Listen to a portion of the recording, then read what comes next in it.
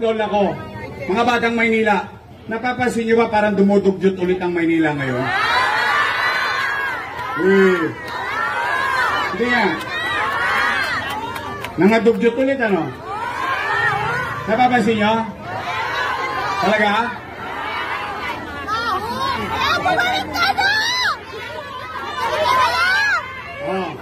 Una kong gagawin, kasi kayo nagsabi niya, una kong gagawin, lilinisin ko ulit ang lungsod ng Maynila.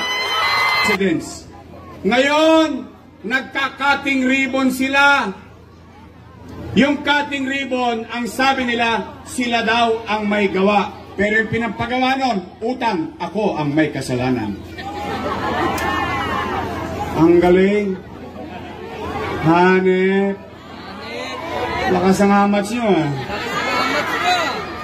Tigilan nyo yan. Masama yung tamang hinala. O ngayon, kung ang problema ay utang, kung ang problema ay utang, pwede ba pakisabihin sa kanila, magsialis na doon, ako na lang ang magbabayad ng utang?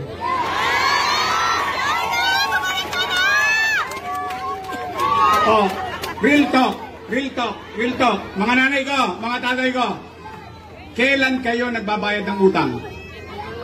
Pag nakaluwag-luwag na. Tama, mali? Marunong ba kayo magbayad ng utang? Ganon din ang gobyerno. Walang may kwento, kaya walang kwenta. O tayo nagkukwento, o lalagyan natin ng kwenta. Kasi ang dami ko raw inutang eh. Ang dami raw.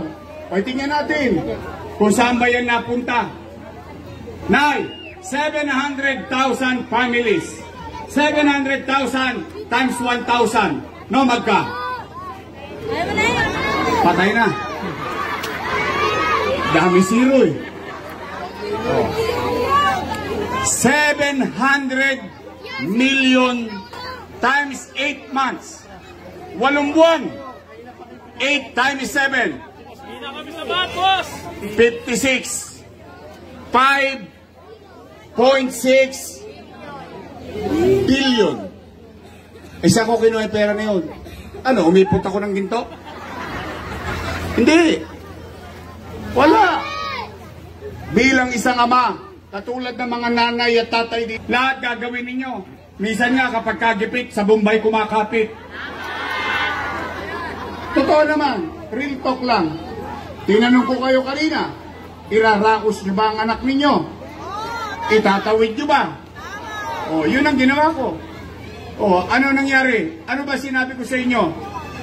Noong magla-lockdown, takot na takot ang tao.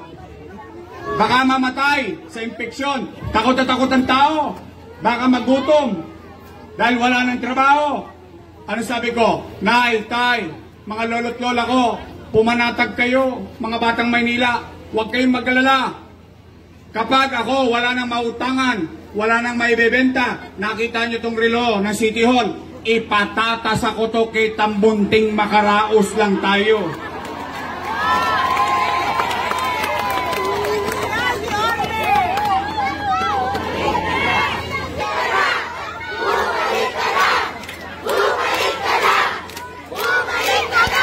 Ngayon, mga taga Batangas, Molabe, taga Yuseco o distrikto, nang tapatin ninyo ako, may nagutom ba sa atin nung pandemya? Talaga? Nakaraos tayo? Nakatawid tayo? Partida, hindi ko pa sinasabi yung unang 1,000. Tama ba? 5.6 plus 700 million. No, magka? 6.3 billion. Oh, taas ang kamay ng nanay at tatay dito na may nag-aaral sa public school. Ipaalala ko lang, online learning.